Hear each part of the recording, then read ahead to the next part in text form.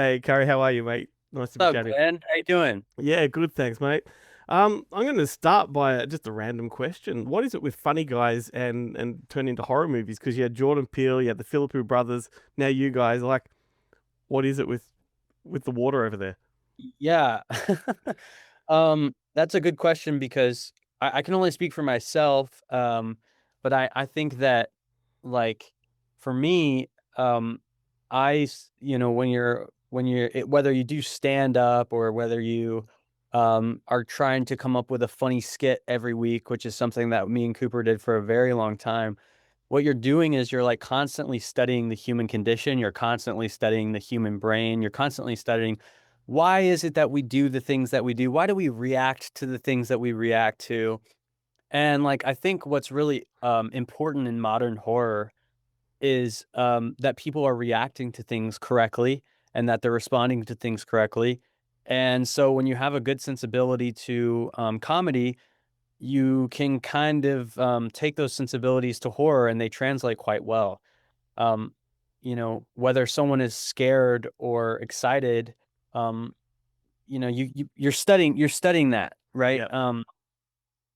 And so also like, just the psychology of horror is very similar to the psychology of telling a joke and setting up a scare or setting up something to be deceptive or unpredictable. Hmm.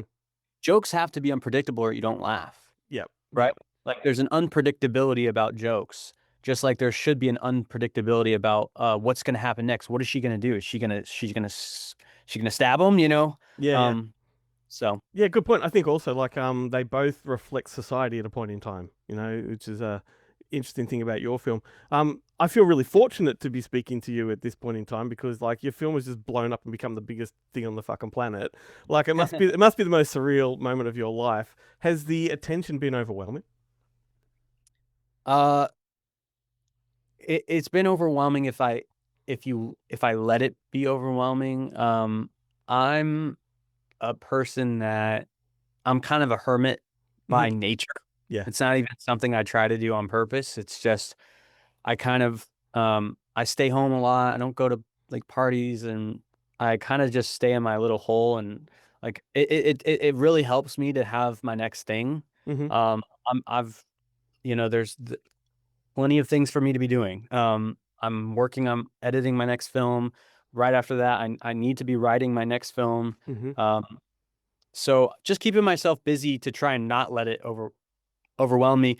I think that like Curry Barker has become such this like thing that like I'm almost like uh, a different You're person. Like I'm detached not, from it, I guess. yeah, which is crazy because that's not like a show name. That's my real name. I grew up with that. But Now yeah. you're a household name. I mean, you've got fans like Spielberg and Mark Duplass and Edgar Wright. Incredible. Has there been a particularly surreal moment for you meeting some of these top tier names? Absolutely. I've been a part of like a couple dinners and stuff that just the names at that reservation are just insane. And you're sitting, there, you're just kind of like, holy shit, I'm part of this club. Like this is the club and I'm in it. Um, it's it's a pinch me moment for sure. I expect you'll be rocking up at one of those Masters of Horror tables anytime now. I Yeah. reckon. I reckon. Obsession is like just really relatable to a lot of people, particularly young people. Is that the feedback you've been getting? Yeah, yeah. Relatable. That it's weird, that people feel weird about, like they don't like that they feel this uncomfortable, weird feeling that they can't describe. Um, I mean, I set out to make it relatable, but I mostly just set out to make it, it's kind of my age. Like um, I'm not writing these characters to be 45, Hmm. 46. I'm writing them to be my age and that's my voice and I can only make it as relatable to viewers as I can make it relatable to myself, you know? Yep. Yep. What does writing look like for you? Like, does it take long to write a script? Like, what's the process? Do you have a setting that you have to have? Yeah, I mean, I like to listen to music. I'll put on some scary music if I'm making a scary film. I'll put on mostly like liminal type of abstract type of like dreamy type vibe, not really like your typical like violin scary music. Yeah, yeah. Um, reflective of like what me and Rocky kind of came up with for this movie. Like, you can kind of hear the music that I would probably kind of listen to in the film. Mm, But yeah, I like to put myself in that spot, and then um I can turn out a first draft quite quickly, but that's not really writing. Like to me, writing is like rewriting mhm. and like the first draft is always just vomit, and you just have to keep making it better and better and better. Like it's how long does that process take, and that's always different. Sometimes it's 6 months, sometimes it's 4 months, sometimes it's a year. Mhm. Uh, but I can turn out a first draft in like a month. Yeah, that's awesome. Um, where did you take like I've read that you took inspiration from the monkey paw episode of The Simpsons. Like that's been well and truly established. But where did the obsession side of it come from? Like as in the unrequited love and just the obsession in general. Was there something that in your life that reflects in that? Well, no, I just like I'm always trying to find a good in for any story, and like I knew that I wanted to do some sort of like movie that had to do with like I feel like obsession is a really not the movie, but like the word obsession is a really interesting subject for a horror movie, because you can be obsessed with anything in life, Mm-hmm. whether you're obsessed with gambling or you're obsessed with a person, but there's something really scary about that uncontrollable feeling of like it goes past like healthy, right? It becomes unhealthy, and so there's such a good horror film there, and I was kinda shocked that that hadn't been, explored as much, and then it becomes very obvious very quickly that an obsession over another person is probably the scariest angle, Mm. you know? Yeah, 100%. But go ahead. Yeah, I was gonna say, did you have any marker points or reference points for indie to tap into? Yeah, I mean, we watched a bunch of films for reference. We watched Pearl, Maya Goth. Mm-hmm. She's obsessed. She's obsessed with. She wants to be a movie star. That she has this dream that she's obsessed with. She'll stop at nothing to make sure that she gets that. Um, we also watched a bunch of things that was very much like this is not what this movie is. Mm-hmm. I made her kind of we would watch clips, not always the full film, but we would watch things that I was like, "Okay, you see how they're doing this? I don't wanna do that. I Yeah. don't want it to be this demon." I don't and I won't give specific names of movies, but just you can imagine generic, kind of demon-esque, voice-changing type stuff that I didn't really wanna do, so Yeah. No, that's fair enough. There is one movie that came to my mind watching yours. They're not the same by any means, but it just sort of the performance was very similar. The Scary of 61st. I don't know if you've seen that one. what is it? The Scary of 61st that was made about 5 years ago about Oh, really? about a woman that moves into Jeffrey Epstein's old apartment and becomes like almost possessed by like the ghosts of the victims, and it's just incredible. Like What? That whack sounds crazy. whack that on your list of things to watch. Where did this come out? Like, is this Oh, yeah, about 5 years ago. It blew up at the time on the festival circuit and then sort of just disappeared into the ether, but, The Scary uh of 61st, like, check it out. It's great. oh, wow. I can't believe I never heard of that. That's Yeah. insane. So Blumhouse came on board and picked up the film.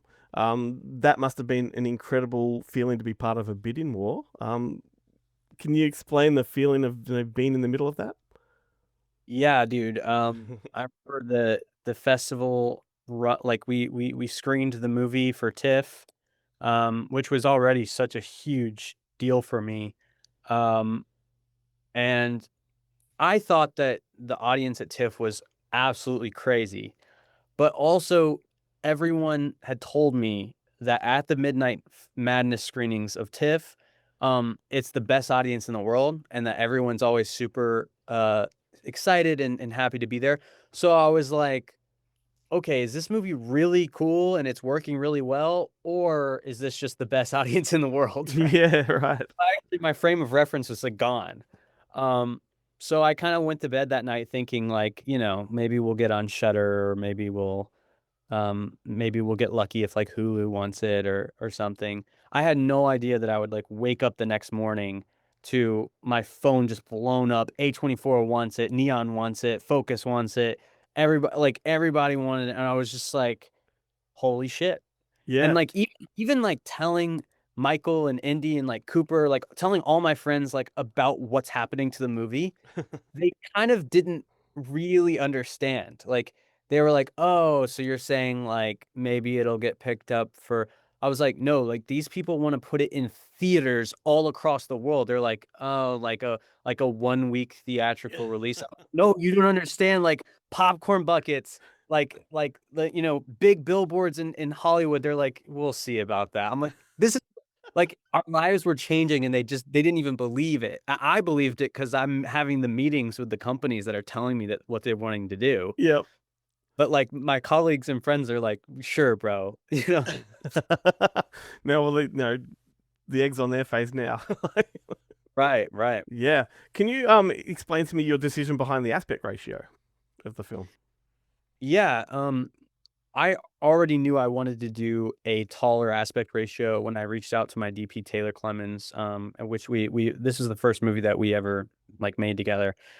And that was one of the first things I told him. I was like, look, I don't want to shoot. I definitely don't want to shoot in Cinescope, and I don't want to shoot. I even suggested 16:9, which is a pretty standard aspect ratio. But the reason I suggested it is because on a projector, um, like 16:9 is actually what TV shoots in. You wouldn't typically see a film shot in 16:9. You would see a film shot in in 17:9, which is like just literally like that. And Yeah. that's like a cinema version of 16:9, which is actually the aspect ratio of Ghost.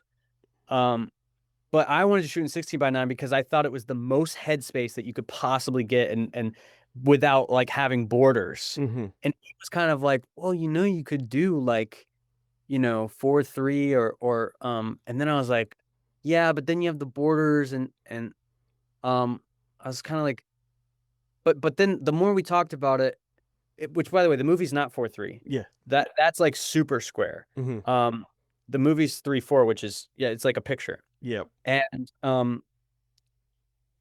like the more we talked about it, the more he kind of talked me into, and also like I started to fall in love with this aspect ratio. It's not a very common Mm-hmm.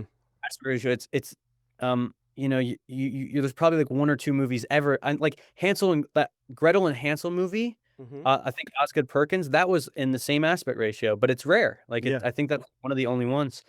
But it just lended itself really well to the story, and I'll always, I think, use aspect ratios with more headspace because it just kind of lends itself the way I like to shoot. Yeah. Uh, but I don't think I'll always use that same aspect Yeah. I ratio. think the fact that it is so uncommon makes it a little bit disarming at first. Like, you just something weird about this when you first step into the film. It's like it's not quite the same as others. So I think it's an effective use.